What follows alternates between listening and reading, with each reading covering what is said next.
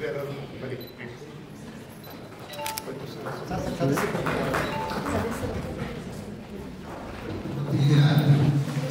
ಖಾತ್ರಿ ಯೋಜನೆಯಡಿ ಜಿಲ್ಲಾ ಮಟ್ಟದ NRL ಸಂಖ್ಯೆ ಯೋಜನೆಯಡಿ ಗ್ರಾಮ ಪಂಚಾಯತ್ ಒಕ್ಕೂಟ ಕಾರ್ಯಸೂಚಿ 70 ಮಂದಿ ಕೆಲಸಗಾರರಿಗೆ ಉದ್ಯೋಗ ಕಾರ್ಯ ಕೊಡಬೇಕಂತೇಳಿ ಸಿವಿಲ್ ಸೂಚನೆ ಮೇರೆಗೆ ಒಂದು ಕಾರ್ಯಕ್ರಮ ಏರ್ಪಡಿಸಿದ್ದೇವೆ. ಇದೊಂದು ಉತ್ತಮವಾದ ಕಾರ್ಯಕ್ರಮ. ಯಾಕಂದ್ರೆ ಭಾಳ ಜನಗಳಿಂದ ಮಡಿಕೆ ಜಿಲ್ಲೆಯಲ್ಲಿ ವಾಟ್ಸಪ್ ಹಾಕಿ ಅಂತೇಳಿ ನಾವು ಹೇಳ್ಬಿಟ್ಟಿದ್ವಿ. ಹಾಗೆ COS ಅವರು ಎಲ್ಲ MAK ಕರ್ತಂದು ಒಂದು ದಿನ ಫುಲ್ ಡೇ ವಾಟ್ಸಪ್ಪನ್ನು ಮಾಡಿ ಅವರಿಗೆ ಮನೆಗೆ ಸಿಗ್ತಕ್ಕಂಥ ಮಾಹಿತಿಯನ್ನು ಕೊಟ್ಟು ನಮ್ಮ ಜಿಲ್ಲೆಯಲ್ಲಿ ಯಾವ ಥರ ನಮ್ಮ ಮಡಿಕೆ ಜಿಲ್ಲೆ ಹೊಂದ್ಕೊಳ್ಳಕ್ಕಂಥ ಯಾವ ಕಾಮಗಾರಿ ವೃತ್ತಿ ಕಾಮಗಾರಿ ಇರ್ಬೋದು ಮತ್ತು ಕಮ್ಯುನಿಟಿ ಕಾಮಗಾರಿರ್ಬೋದು ಇನ್ನು ಹೆಚ್ಚಿನ ಪ್ರೋಗ್ರೆಸ್ ಮಾಡೋ ಉದ್ದೇಶದಿಂದ ಇವತ್ತು ಕಾರ್ಯಕ್ರಮ ಮಾಡಿದ್ರು ಮಾತ್ರ ಸಾಹೇಬರು ಮಾಹಿತಿ ಸೂಚನೆ ಕೊಟ್ಟಿದ್ರು. ಆ ನಿಟ್ಟಿನಲ್ಲಿ ತಾವೆಲ್ಲರೂ ಕೂಡ ಇವತ್ತು ಬಂದಿರ್ತಾವೆ ನಮ್ಮ ಒಂದು ಕಾರ್ಯಕ್ರಮಕ್ಕೆ. ಇವತ್ತು ನಮ್ಮ ಡಿಸ್ಟ್ರಿಕ್ಟ್ IC ಪವನ್ ಕುಮಾರ್ ಅವರು ADBC ಅವರು ಮತ್ತು ನಮ್ಮ ವರಿಷ್ಠರಾಗಿರ್ತಕ್ಕಂಥ ಅರಣ್ಯ ಮತ್ತು ಸಿರಿಕಲ್ಚರು ಅಗ್ರಿಕಲ್ಚರ್ ಹಾರ್ಟಿಕಲ್ಚರ್ ಮತ್ತು ಸೋಷಿಯಲ್ ಫಾರೆಸ್ಟ್ರಿ ಎಲ್ಲ ಅಧಿಕಾರಿಗಳಿದ್ದಾರೆ. ಅವ್ರು ಸಂಪೂರ್ಣ ಮಾಹಿತಿ ತಂದುಕೊಡ್ತಾರೆ. ಏನಂತ ಹೇಳಿದ್ರೆ ಇದರಲ್ಲಿ ಪಬ್ಲಿಕ್ ರಿಲೇಟೆಡ್ ವರ್ಕ್ಸ್ ಅಂದ್ರೆ ಪಬ್ಲಿಕ್ ಅಂದ್ರೆ ಇದರಲ್ಲಿ ನೀವು ಕಮ್ಯುನಿಟಿ ಬೇಸ್ಡ್ ವರ್ಕ್ ನ ತಗೊಳ್ಳೋಕ್ಕೂ ಇದಿದೆ. ಅದರಲ್ಲಿ ನಮ್ದು ಟ್ರೀ ಪ್ಲಾಂಟಿಂಗ್ ಇರ್ಬೋದು, ಹಾರ್ಟಿಕಲ್ಚರ್ ಪ್ಲಾಂಟಿಂಗ್ ಇರ್ಬೋದು ಅಥವಾ ಫಾರೆಸ್ಟ್ ಪ್ಲಾಂಟಿಂಗ್ ಇರ್ಬೋದು, ಇದೆಲ್ಲ ತಗೊಳ್ಳಕ್ಕೆ ಇದರಲ್ಲಿ ಪ್ರಾವಿಷನ್ ಇದೆ. ನನ್ನ ಹೆಸರು ಕಾವ್ಯ ಅಂತ ಹೇಳಿ, ನಾನು ತೋಟಗಾರಿಕಾ ಅಧಿಕಾರಿಯಾಗಿ ಸೋಮಪೇಟೆಯಲ್ಲಿ ಕೆಲಸ ಮಾಡ್ತಾ ಇದ್ದೀನಿ. ಈ ದಿನ ನಿಮ್ಗೆಲ್ಲ ತಿಳಿದಿರೋ ಹಾಗೆ ಅಣಬೆ ಬಗ್ಗೆ ನಾನು ಮಾತಾಡ್ಲಿಕ್ಕೆ ಬಂದಿದ್ದೀನಿ. ಅಣಬೆ ಎಲ್ಲರಿಗೂ ಗೊತ್ತಲ್ವಾ? ಯಾರು ಅಣಬೆ ತಿಂದಿಲ್ಲ ಇಷ್ಟು ಜನರಲ್ಲಿ? ತಿನ್ನದೇ ಹೋದವ್ರು ಯಾರಿದ್ದೀರಾ? ಓಕೆ, ಇಬ್ಬರಿದ್ದೀರಾ. ಈ ಹಿಂದೆ ಅಣಬೆ 30. ಓಕೆ, ಈ ಹಿಂದೆ ಅಣಬೆ ಕೃಷಿಯನ್ನ ಮಾಡಿರೋರು ಯಾರು? ಲೋಕಲಲ್ಲಿ ತುಂಬಾ ಅಂದ್ರೆ ಈ ಹಿಂದೆ ಇತ್ತೀಚಿನ ದಿನಗಳಲ್ಲಿ ನಮ್ಗೆ ಕಲ್ಟಿವೇಟೆಡ್ ಅಂದ್ರೆ ಬೆಳೆದಿರ್ತಕ್ಕಂಥದ್ದು ಬಟನ್ ಮಶ್ರೂಮ್ ಸ್ವಲ್ಪ ಹಳೆಯದಾಗಿ ಇದ್ರೂ ಸಹ ಆಯಿಸ್ಟರ್ ಮಶ್ರೂಮ್ ಅಂತ ಇದೆಲ್ಲ ಇತ್ತೀಚಿನ ದಿನಗಳಲ್ಲಿ ಬಂದಿದೆ. ಅದನ್ನು ಹೊರತುಪಡಿಸಿ ಈ ಹಿಂದೆ ನೀವು ತೋಟಗಳಲ್ಲಿ ಅಲ್ಲಿ ಲಭ್ಯ ಇರ್ತಕ್ಕಂಥ ಹಲವಾರು ಅಣಬೆಗಳನ್ನ ತಿಂದಿರ್ತೀರಲ್ವಾ? ಯಾರಾದ್ರೂ ಒಬ್ರು ಹೇಳ್ಬೋದಾ ನಿಮ್ಮಲ್ಲಿ ಇಲ್ಲಿ ಲೋಕಲ್ ಏನೆಲ್ಲ ಅಣಬೆಗಳು ತಿಂದಿದ್ದೀರಾ ಅಂತ ಹೇಳಿ? ಬಟನ್ ಮಶ್ರೂಮ್ ಬಿಟ್ಟು ಯಾರಾದ್ರೂ ಒಬ್ರು? ಯಾವುದು ಹುತ್ತದಲ್ಲಿ ಬೆಳೆಯೋದನ್ನ ತಿಂದಿದ್ದೀರಾ? ಓಕೆ, ಮತ್ತೆ ಇನ್ಯಾರಾದ್ರೂ? ಬೇರೆ ತಿಂದಿದ್ದೀರಾ? ತರಗತಿ ತಿಂದಿದ್ದೀರಾ? ಓಕೆ, ಮತ್ತೆ ಇನ್ಯಾರಾದ್ರೂ? ಕಾಶಿ ಅಣಬೆ. ದಯವಿಟ್ಟು ಅಣಬೆಗಳನ್ನ ಸೇವಿಸುವಾಗ ಈ ವಿಷಪೂರಿತ ಅಣಬೆಗಳ ಬಗ್ಗೆ ತಿಳ್ಕೊಂಡು, ಆದ್ರೆ ಈಗ ಅದ್ರ ಬಗ್ಗೆ ಮಾಹಿತಿ ಇಲ್ಲ ಅಂದ್ರೆ ಯಾವುದೇ ರೀತಿ ಅಣಬೆಯನ್ನ ಸೇವಿಸಲಿಕ್ಕೆ ಹೋಗ್ಬಾರ್ದು. ಈಗ ನಾವು ಅಣಬೆ ಕೃಷಿಯನ್ನ ಯಾಕೆ ಮಾಡ್ಬೇಕು? ಈಗ ಆಲ್ರೆಡಿ ಇಲ್ಲಿ ನೆರೆದಿರೋರು ಎಲ್ಲರೂ ಆಲ್ಮೋಸ್ಟ್ ಎಷ್ಟು ಜನ ಕೃಷಿಕರಿದ್ದೀರಾ? ಅಂದ್ರೆ ಜಮೀನ್ ಇರೋರಿದ್ದೀರಾ? ಓಕೆ, ಆಲ್ಮೋಸ್ಟ್ ಇರೋರೆಲ್ರಿಗೂ ಕೂಡ ಲ್ಯಾಂಡ್ ಇದೆ. ಅಣಬೆ ಕೃಷಿಯನ್ನ ನಾವು ಯಾಕೆ ಮಾಡ್ಬೇಕು? ವಿಭಿನ್ನ ಯಾಕೆ ಅಂತ ಅಂದ್ರೆ, ಈಗ ನೀವು ಬೇರೆ ಕೃಷಿ ಮಾಡ್ಲಿಕ್ಕೆ ನಿಮ್ಗೆ ಏನ್ ಬೇಕು? ಎಕರೆಗಟ್ಟಲೆ ಜಾಗ ಬೇಕು ಅಲ್ವಾ? ಆದ್ರೆ ಈ ಅಣಬೆ ಕೃಷಿಯನ್ನ ಮಾಡ್ಲಿಕ್ಕೆ ಆ ರೀತಿ ಯಾವುದೇ ಎಕರೆಗಟ್ಟಲೆ ಜಾಗದ ಅವಶ್ಯಕತೆ ಇಲ್ಲ.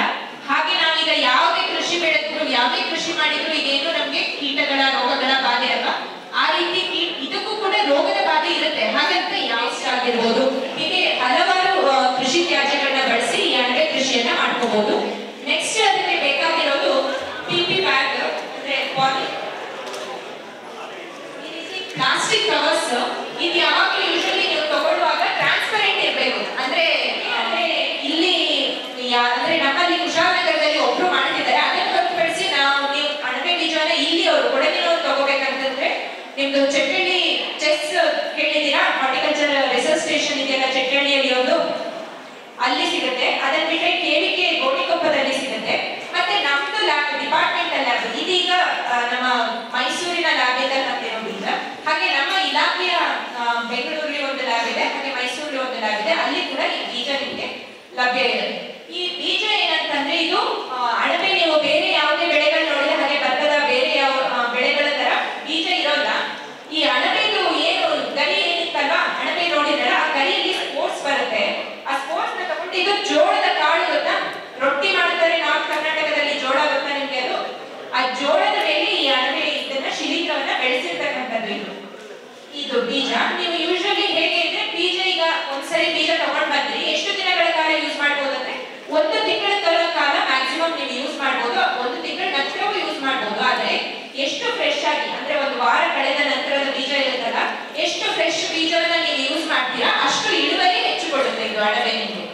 ಅದೇ ಬೀಜ ಸ್ವಲ್ಪ ಹಳೆಯದಾದಷ್ಟು ಆದ್ರೆ ಇಳುವರಿ ಕಡಿಮೆ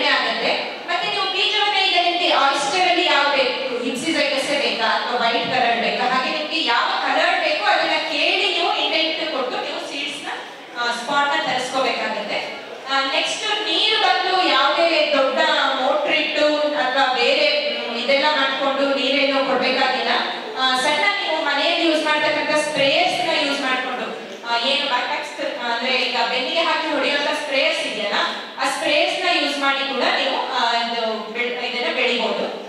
ಮೇನ್ ಆಗಿ ಅದೇ ಉಷ್ಣಾಂಶವನ್ನ ಮೇಂಟೈನ್ ಮಾಡ್ಕೋಬೇಕಾಗುತ್ತೆ. ಯಾವಾಗ ಈ ಸಮ್ಮರ್ ಸೀಸನ್ ಎಲ್ಲ ಇರುವಾಗ ಮತ್ತೆ ವಿಂಟರ್ ಇಂಥ ಟೈಮ್ ಅಲ್ಲಿ ಸ್ವಲ್ಪ ರೂಮ್ ನ ಟೆಂಪರೇಚರ್ ನ ಮತ್ತೆ ಹ್ಯೂಮಿಡಿಟಿಯನ್ನ ಸ್ವಲ್ಪ ಆಲ್ಟ್ರೇಷನ್ ಮಾಡ್ಕೋಬೇಕಾಗುತ್ತೆ.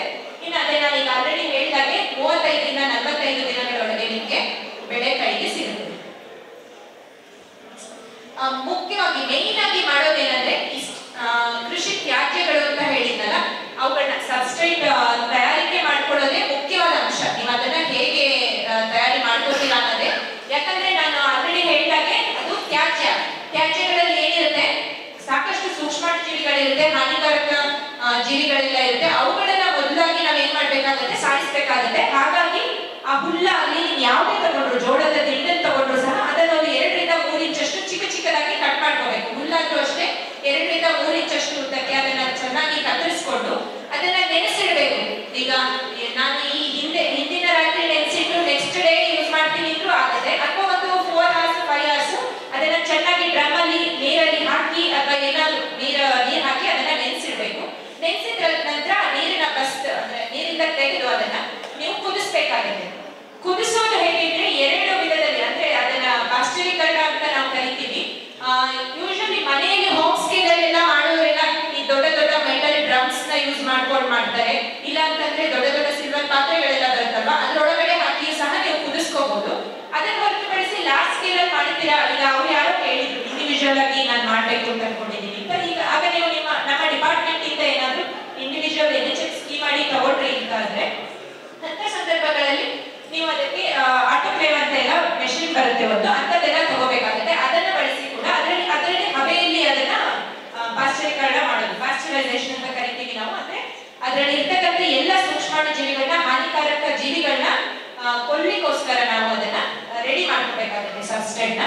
ಅದಾದ್ಮೇಲೆ ಏನ್ ಮಾಡ್ಬೇಕು, ಹುಲ್ಲನ್ನ ಅಥವಾ ಯಾವುದೇ ಕೃಷಿ ತ್ಯಾಜ್ಯನ ನೀವು ನೀರಲ್ಲಿ ಬೇಯಿಸೋದ್ರಿಂದ ಅದೇನಾಗಿರುತ್ತೆ, ನೀರ್ನ ಹಿಡಿದು ಕೊಟ್ಟಿದಾಗ ನಿಮ್ಗೆ ಅದರಲ್ಲಿ ತೇವಾಂಶದ ಫೀಲ್ ಸಿಗ್ಬೇಕು, ತೇವಾಂಶ ಇದೆ ಅನ್ಸ್ಬೇಕು. ಆದ್ರೆ ನೀರು ಹೀಗೆ ತೊಟ್ಟಿಕ್ಬಾರ್ದು. ತೊಟ್ಟಿಕ್ಕೋಂಗಿದೆ ಅಂದ್ರೆ ಅದ್ರಲ್ಲಿ ಎಕ್ಸ್ಟ್ರಾ ಮಾಯಿಶ್ಚರ್ ಇದೆ ಅಂತ. ಮುಖ್ಯವಾಗಿ ಅಣಬೆ ಕೃಷಿಯನ್ನ ಮಾಡುವಾಗ ಸ್ವಚ್ಛತೆ ತುಂಬಾ ಇಂಪಾರ್ಟೆಂಟ್. ಹಾಗಾಗಿ ನೀವು ಈ ಹುಲ್ಲನ್ನ ಬೇಯಿಸಿದ ನಂತರ ಏನ್ ಮಾಡ್ಬೇಕು, ಇಲ್ಲಿ ಚೆನ್ನಾಗಿ ಬೇಯಿಸಿ ಅಲ್ಲಿ ಮತ್ತೆ ಕೊಳೆ ಇರುವಂತ ಜಾಗದಲ್ಲಿ ಹಾಕಿದ್ರೆ ಮತ್ತೆ ಸೂಕ್ಷ್ಮಾಣು ಜೀವಿಗಳು ಬರುತ್ತೆ. ಅದಕ್ಕೆ ಒಂದು ಕ್ಲೀನ್ ಆಗಿರೋ ಟಾರ್ಪಲ್ ಆಗಿರ್ಬೋದು ಅಥವಾ ಮೆಶ್ ಏನಾಗಿರುತ್ತೆ, ಕ್ಲೀನ್ ಆಗಿರೋ ಜಾಗದಲ್ಲಿ ಅದನ್ನ ಹರಡಿ ಆ ಹುಲ್ಲಿಂದ ನೀರಿನ ಅಂಶ ಹೋಗ್ಲಿಕ್ಕೆ, ಅಂದ್ರೆ ಬಸ್ತು ಹೋಗ್ಲಿಕ್ಕೆ ಎಷ್ಟು ಬೇಕು ನಮ್ಗೆ ಹಿಡಿದಾಗ ತೇವಾಂಶ ಫೀಲ್ ಆಗುವಷ್ಟು ಬರೋವರೆಗೂ ಅದನ್ನ ನಾವ್ ಏನ್ ಮಾಡ್ಬೇಕು, ಒಡೆದು ಹಾಕ್ಬೇಕಾಗುತ್ತೆ.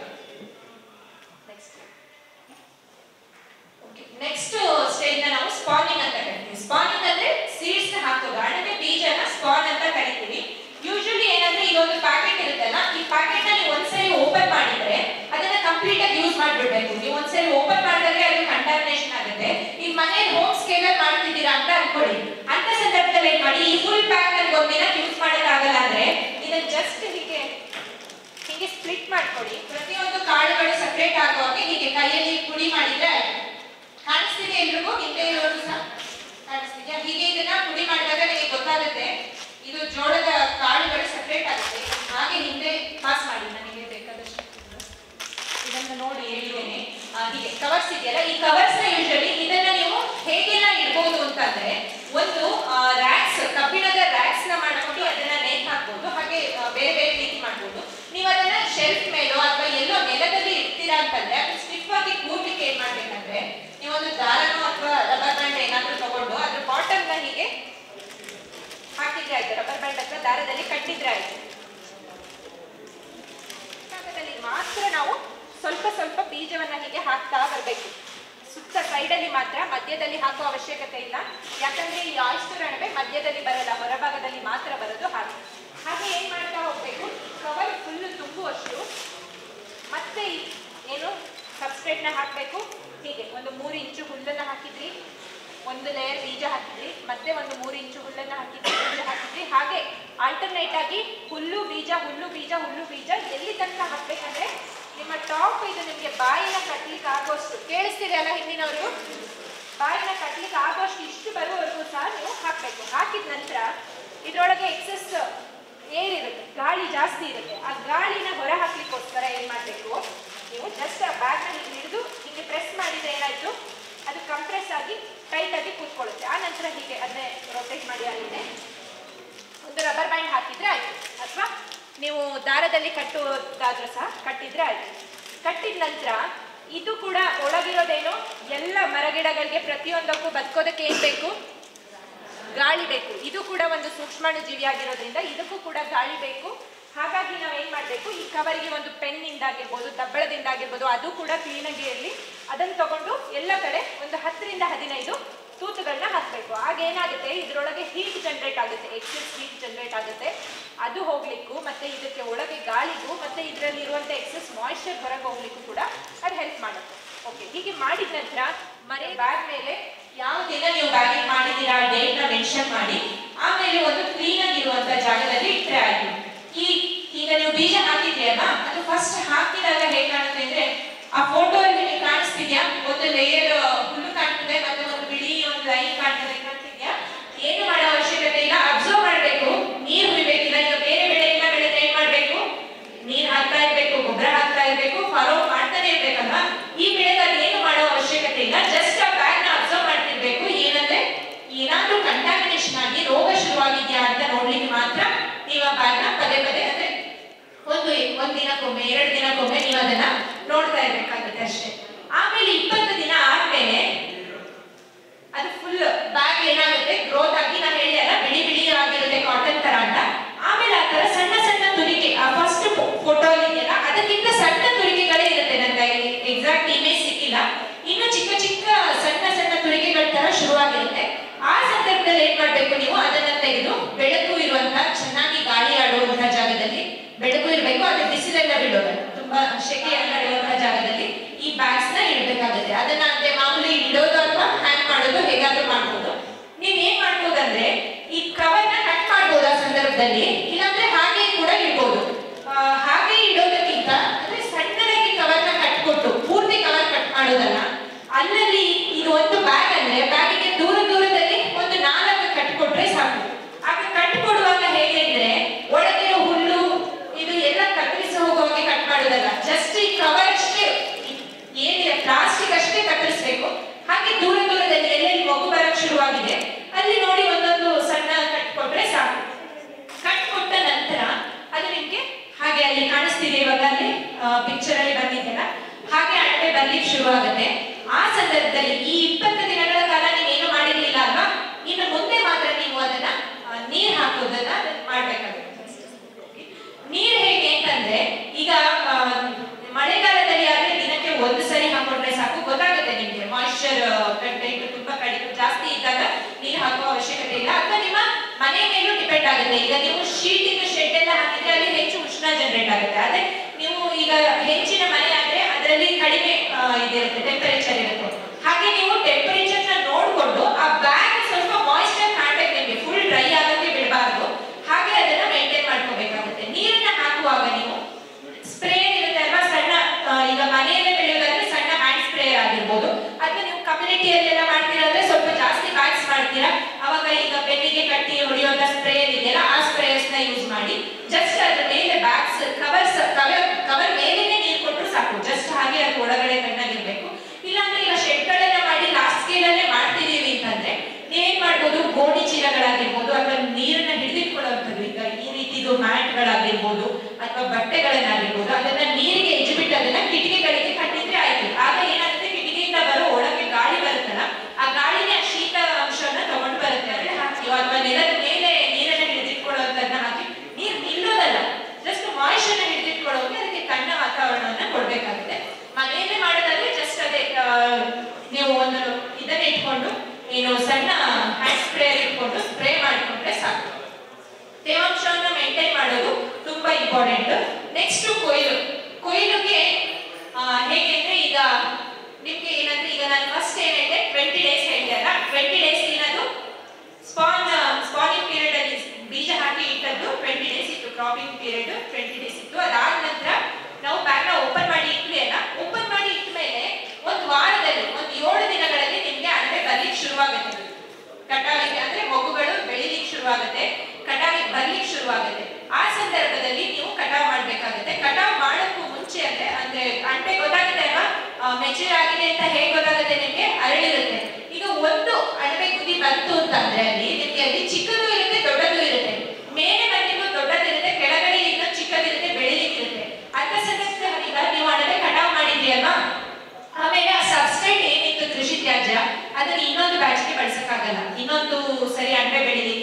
ಅದೇ ಕೃಷಿ ತ್ಯಾಜ್ಯವನ್ನ ನೀವು ಬಳಸ್ಲಿಕ್ಕೆ ಆಗಲ್ಲ.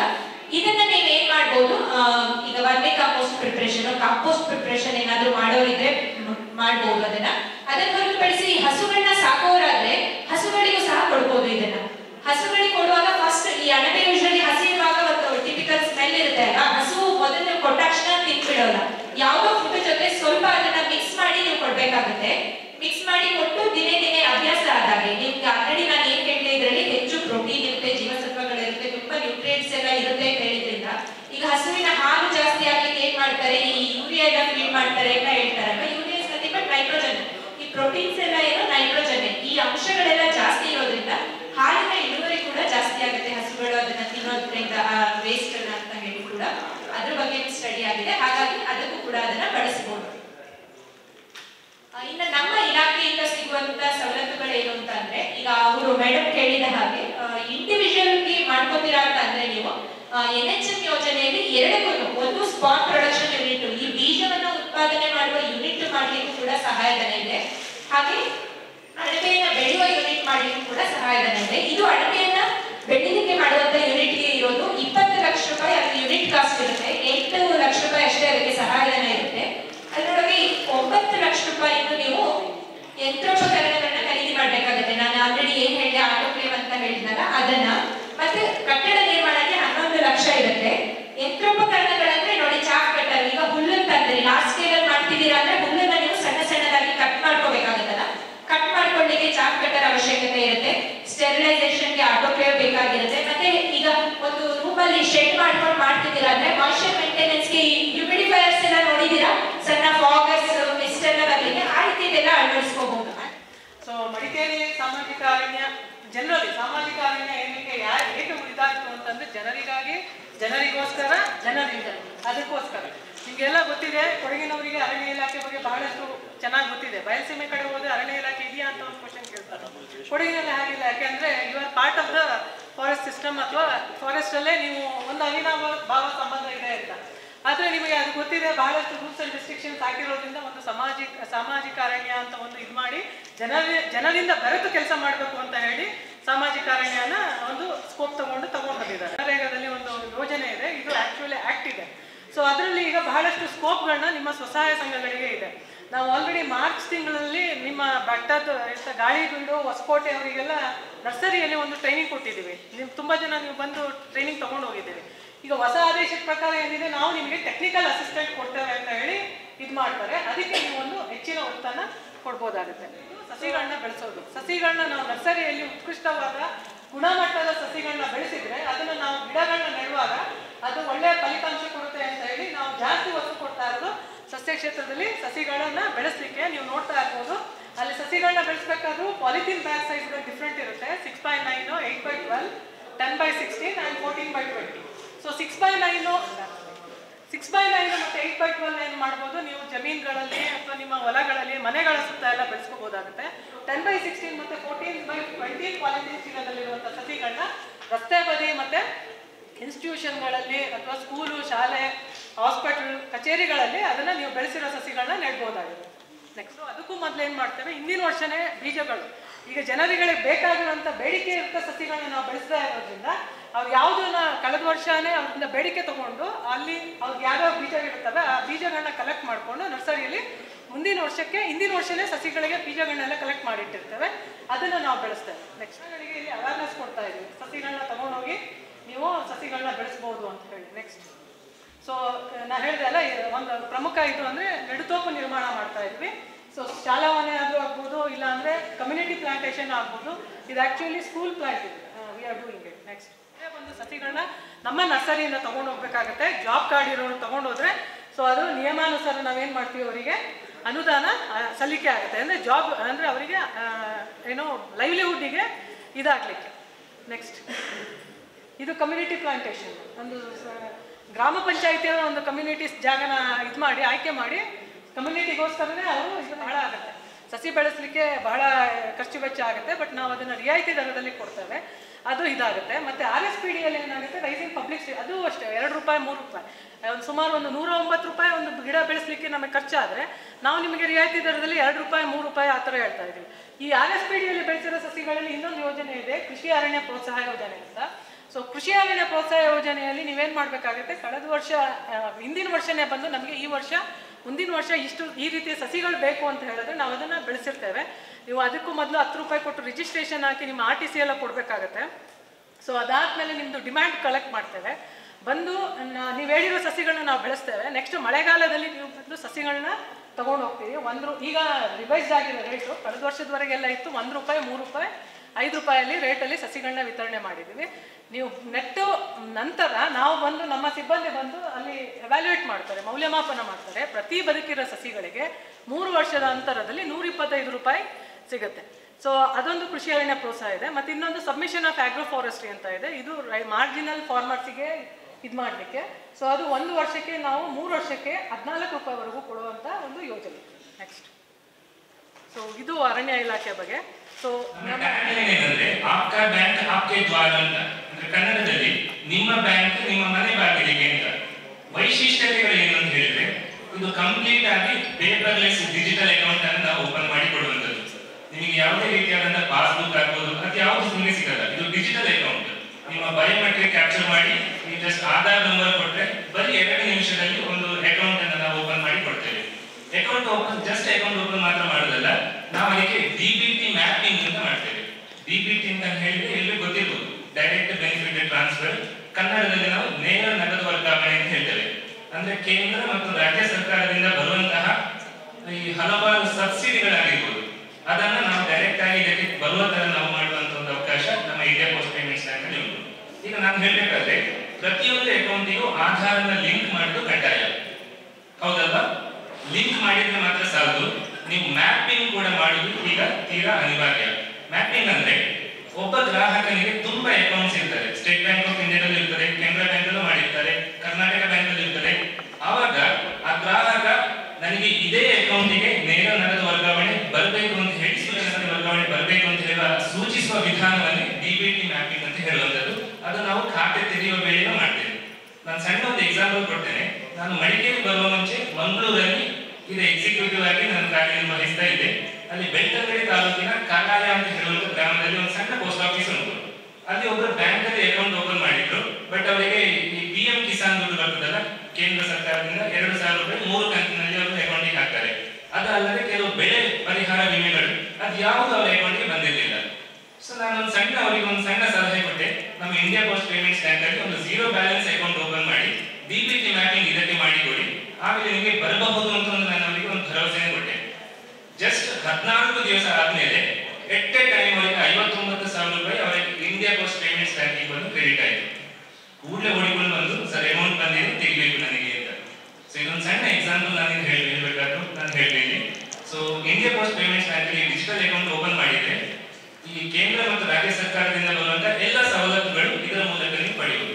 ಮತ್ತೆ ಬ್ಯಾಂಕ್ ಅಕೌಂಟಿಗೆ ಇದಕ್ಕೆ ಇರುವ ವ್ಯತ್ಯಾಸ ಏನಂದ್ರೆ, ಬ್ಯಾಂಕ್ ಅಕೌಂಟ್ ಒಂದು ಬ್ರಾಂಚ್ ಇಂದ ಇನ್ನೊಂದು ಬ್ರಾಂಚ್ಗೆ IFSC ಕೋಡ್ ಚೇಂಜ್ ಇರ್ತದೆ. ಈಗ ಅಕಸ್ಮಾತ್ ನಂದು ಕಾಸರಗೋಡು ಆಕ್ಚುಲಿ ನೇಟಿವ್, ಅಲ್ಲಿಯೇ ಕರ್ನಾಟಕ ಬ್ಯಾಂಕಿನ ಅಕೌಂಟ್ ಅನ್ನು ನಾನು ಇಲ್ಲಿ ಮಡಿಕೇರಿ ಕರ್ನಾಟಕ ಬ್ಯಾಂಕ್ ಅಲ್ಲಿ ದುಡ್ಡು ತೆಗೆಯಲಿಕ್ಕೆ ಹೋದೆ. ವಾರ್ಷಿಕವಾಗಿ 399 ಅಂದ್ರೆ ದಿನಕ್ಕೆ 1 ರೂಪಾಯಿ 8 ಪೈಸೆ ಅಷ್ಟು ಬೀಳುವಂತದ್ದು. ಇದಲ್ಲದೆ ಚಿಕಿತ್ಸೆಗೂ ಅದರಲ್ಲಿ ನಿಗದಿಪಡಿಸಲಾಗಿದೆ. ಅಂದ್ರೆ ಅಡ್ಮಿಟ್ ಆಗಿ ಟ್ರೀಟ್ಮೆಂಟ್ ತಗೊಳ್ತಾರೆ, ಒಳರೋಗಿ ಅಂತ ಹೇಳ್ತೇವೆ ನಾವು. ಒಟ್ಟು 60,000 ಬಿಲ್ ಅನ್ನು ಕ್ಲೇಮ್ ಮಾಡಬಹುದು. ಹೊರರೋಗಿ ಚಿಕಿತ್ಸೆ, ಸಣ್ಣ ಪುಟ್ಟ ಕಾಯಿಲೆಗಳಿಗೆಲ್ಲ ಅಡ್ಮಿಟ್ ಆಗುವ ಅವಶ್ಯಕತೆ ಇಲ್ಲ. ಹಾಗಿದ್ರೂ ಆಸ್ಪತ್ರೆ ಖರ್ಚುಗಳುಂಟಲ್ಲ, ಒಟ್ಟು 30,000 ಕ್ಲೇಮ್ ಮಾಡಬಹುದು ಹೊರರೋಗಿಗೆ. ಇದಲ್ಲದೆ ಅಕಸ್ಮಾತ್ ವ್ಯಕ್ತಿ ತೀರಿ ಹೋದ್ರೆ 10 ಲಕ್ಷ ಅಲ್ಲದೆ 2 ಮಕ್ಕಳಿಗೆ ಓದ್ಲಿಕ್ಕೆ ಅಂತ ಹೇಳಿ ವಿದ್ಯಾಭ್ಯಾಸಕ್ಕೆ 1 ಲಕ್ಷ ರೂಪಾಯಿ ನಿಗದಿಯಾಗಿದೆ ಈ ಪಾಲಿಸಿಯಲ್ಲಿ. ಆಮೇಲೆ ಟ್ರಾನ್ಸ್ಪೋರ್ಟೇಷನ್ ಅಂದ್ರೆ ಪ್ರಯಾಣ ವೆಚ್ಚ ಅಂತ ಇರ್ತದೆ, ಅಂದ್ರೆ ಆಂಬುಲೆನ್ಸ್ ಖರ್ಚಾಗಿರ್ಬೋದು ಅಥವಾ ಅವರ ಮನೆಯಿಂದ ಆಸ್ಪತ್ರೆಗೆ ಓಡಾಡುವ ಖರ್ಚುಗಳಾಗಿರ್ಬೋದು. ಒಟ್ಟು 25,000 ಕ್ಲೇಮ್ ಮಾಡುವಂತ ಅವಕಾಶ ಉಂಟು. ನಾನು ಹೇಳಿದ ಇಷ್ಟೆಲ್ಲ ಬೆನಿಫಿಟ್ ವಾರ್ಷಿಕ ಪ್ರೀಮಿಯಂ 399 ರೂಪಾಯಿ, ಒಂದು ವರ್ಷಕ್ಕೆ 399. ಫಸ್ಟ್ ನೀವು ಯಾವುದೇ ಆಸ್ಪತ್ರೆಯಲ್ಲಿ ಚಿಕಿತ್ಸೆ ತಗೊಳ್ಬೇಕು, ಆಮೇಲೆ ನಮಗೆ ಡಾಕ್ಟರ್ ಸರ್ಟಿಫಿಕೇಟ್ ಮತ್ತೆ ಬಿಲ್ಗಳು, ಚಿಕಿತ್ಸೆಗೆ ಸಂಬಂಧಿಸಿದಂತೆ ಬಿಲ್ಗಳನ್ನು ಹತ್ತಿರದ ಪೋಸ್ಟ್ ಆಫೀಸ್ಗೆ ಸಬ್ಮಿಟ್ ಮಾಡಿದ್ರೆ ಜೆನ್ಯೂನ್ ಕೇಸ್ ಅಂದ್ರೆ ಸಹಜವಾಗಿರುವಂತಹ ಕೇಸ್ ಆಗಿದ್ರೆ ಮ್ಯಾಕ್ಸಿಮಮ್ 2 ವಾರದಲ್ಲಿ ಕ್ಲೇಮ್ ಆಗ್ತದೆ. ಇಲ್ಲಿ ಅಪಘಾತ ಅಂದ್ರೆ ನೀವು ನೆನಪಿಟ್ಕೊಳ್ಬೇಕು, ಬರೀ ವಾಹನ ಅಪಘಾತ ಮಾತ್ರ ಅಲ್ಲ, ಯಾವುದೇ ರೀತಿ ರೀತಿಯ ಆಕಸ್ಮಿಕ ಅಪಘಾತ. ಈಗ ಸ್ಟೆಪ್ ಹತ್ತುವಾಗ ಕಾಲು ಜಾರಿ ಬೀಳುವಂಥದ್ದು, ಹಾವು ಕಚ್ಚುದು, ನಾಯಿ ಕಚ್ಚುದು, ಅಥವಾ ತೋಟದಲ್ಲಿ ಕೆಲಸ ಮಾಡುವ ಕತ್ತಿ ತಾಗುವಂಥದ್ದು, ಯಾವುದೋ ಪ್ರಾಣಿಯಿಂದ ಆಗುವ ದಾಳಿ ಆಗಿರ್ಬೋದು, ಕರೆಂಟ್ ಶಾಕ್, ಈ ತರಹದ ಆಕಸ್ಮಿಕ ಅವಘಡಗಳು ಇದರಲ್ಲಿ ಒಳಗೊಳ್ಳುತ್ತವೆ. ಸೊ ಇದಿಷ್ಟು ನಾವು ಇಂಡಿಯಾ ಪೋಸ್ಟ್ ಪೇಮೆಂಟ್ ಬ್ಯಾಂಕ್ ವತಿಯಿಂದ ಕೊಡುವಂಥದ್ದು. ನೀವು ಇಲ್ಲಿ ಗಮನ ಇಟ್ಕೊಳ್ಬೇಕಾದ್ರು ಪೋಸ್ಟ್ ಆಫೀಸ್ ಬೇರೆ ಅಲ್ಲ, ಇಂಡಿಯಾ ಪೋಸ್ಟ್ ಪೇಮೆಂಟ್ ಬ್ಯಾಂಕ್ ಬೇರೆ ಅಲ್ಲ. ನಾವು ಅವರದ್ದೇ ಸೇವೆಯನ್ನು ನಾವು ಜನತೆಗೆ ತಲುಪಿಸುವಂಥದ್ದು. ಅಂದ್ರೆ ಪೋಸ್ಟ್ ಆಫೀಸ್ ಅಂದ್ರೆ ನೀವು ಅವರಾಗಿ ಬರ್ಲಿಕ್ಕಿಲ್ಲ ಮನೆಗೆಲ್ಲ, ಪೋಸ್ಟ್ ಮ್ಯಾನ್ಸ್ ಮಾತ್ರ ಬರ್ತಾರೆ. ಮುಂಚೆ ಲೆಟರ್ ಮಾತ್ರ ಕೊಡ್ತಾ ಇದ್ರು, ಈಗ ನಾವು ಅವರಿಗೆ ಡಿವೈಸ್ ಅನ್ನು ಸಪ್ಲೈ ಮಾಡಿದ್ದೇವೆ. ಸೊ ಅವರು ಮನೆಗೆ ಬಂದು ಕ್ಯಾಶ್ ಕೂಡ ಕೊಡುವಂತ ನಾನು ಹೇಳಿದೆ ಆಧಾರ್ ಎನೇಬಲ್ಡ್ ಪೇಮೆಂಟ್ ಸಿಸ್ಟಮ್, ಆ ಸರ್ವಿಸ್ ಕೂಡ ಈಗ ಸದ್ಯಕ್ಕೆ ನಮ್ಮ ಭಾರತ ದೇಶಾದ್ಯಂತ 38 ಕೋಟಿ ಅಸಂಘಟಿತ ವಲಯದಲ್ಲಿ ಕಾರ್ಮಿಕರನ್ನು ಕೇಳಿ ಒಂದು ಸರ್ವೆ ಮಾಡಿ ಕರ್ನಾಟಕದಲ್ಲಿ 1,89,00,000 ಕಾರ್ಮಿಕರಿದ್ದಾರೆ. ಇವರು ಅನೇಕ ಈಗ ಕೋವಿಡ್ನಂತ ಸಂಕಷ್ಟ ಪರಿಸ್ಥಿತಿಯಲ್ಲಿ ಅಥವಾ ಪ್ರಕೃತಿ ವಿಕೋಪ ಆದಂತ ಸಂದರ್ಭದಲ್ಲಿ ಅವರು ತೊಂದರೆಯನ್ನು ಅನುಭವಿಸ್ತಕ್ಕಂಥ ಸಂದರ್ಭದಲ್ಲಿ ಕೇಂದ್ರ ಇರ್ಬೋದು, ರಾಜ್ಯ ಸರ್ಕಾರಗಳಿರ್ಬೋದು, ಅವರಿಗೆ ಏನಾಂಶ ಇಲ್ಲದೆ ಇರೋದ್ರಿಂದ ಈ ಶ್ರಮ ಪೋರ್ಟಲ್ ಅಂತ ಹೇಳಿ ಮಾಡಿ ಇದರಲ್ಲಿ ಸುಮಾರು 379 ವರ್ಗಗಳ ಅಸಂಘಟಿತ ವಲಯದಲ್ಲಿ ಕೆಲಸ ಮಾಡತಕ್ಕಂಥ ಕಾರ್ಮಿಕರ ನೋಂದಣಿಯನ್ನು ಮಾಡಲಿಕ್ಕೆ ಅವಕಾಶ ಕಲ್ಪಿಸಿರುವುದರಿಂದ ಎಲ್ಲಾ ಅಸಂಘಟಿತ ವಲಯದ ಕಾರ್ಮಿಕರನ್ನು ನೋಂದಣಿಯನ್ನು ಮಾಡಿಸಬೇಕಾಗಿರುವುದರಿಂದ ಈಗ ಸುಮಾರು ನಮ್ಮಲ್ಲಿ 46,000ಕ್ಕೂ ಹೆಚ್ಚು ಅಸಂಘಟಿತ ಕಾರ್ಮಿಕರು ನೋಂದಣಿಯಾಗ್ಯಾರ. ಇನ್ನೂ ಉಳಿದಂತ ಎಲ್ಲಾ ಅಸಂಘಟಿತ ಕಾರ್ಮಿಕರನ್ನು ನಾವು ಎಲ್ಲರೂ ನೋಂದಣಿಯನ್ನು ಮಾಡಿಸಿ ಅವರಿಗೆ ಪ್ರೋತ್ಸಾಹಿಸಿ ಅವರಿಗೆ ತಿಳಿಸಿ ತಮ್ಮಲ್ಲಿ ಇರ್ತಕ್ಕಂಥ ಸಾಮಾನ್ಯ ಸೇವಾ ಕೇಂದ್ರಗಳು CSC ಸೆಂಟರ್ಗಳ ಹತ್ತಿರದಲ್ಲಿ ಇರ್ತಕ್ಕಂಥ CSC ಸೆಂಟರ್ಗೆ ಹೋಗಿ ಅವರ ಆಧಾರ್ ಕಾರ್ಡ್, ಅವ್ರ bank passbook, Aadhaar card link ಆದಂತ ಮೊಬೈಲ್ ಎಷ್ಟು ತೆಗೆದುಕೊಂಡು ಹೋದ್ರಂದ್ರೆ ಆ ಸ್ಮಾರ್ಟ್ ಕಾರ್ಡ್ ಏನ್ ಕೊಡ್ತಾರ ಆ ಸ್ಮಾರ್ಟ್ ಕಾರ್ಡ್ ಫೀಸ್ ಮಾತ್ರ ಅವ್ರು ತೆಗೆದುಕೊಳ್ತಾರ. ಇದಕ್ಕೆ ಯಾವುದೇ ನೋಂದಣಿ ಫೀಸ್ ಏನು ಇಲ್ಲ, ಶುಲ್ಕ ಎಲ್ಲ ಉಚಿತವಾಗಿ ನಾವು ಪಡೆದುಕೊಳ್ತಕ್ಕಂಥದ್ದು.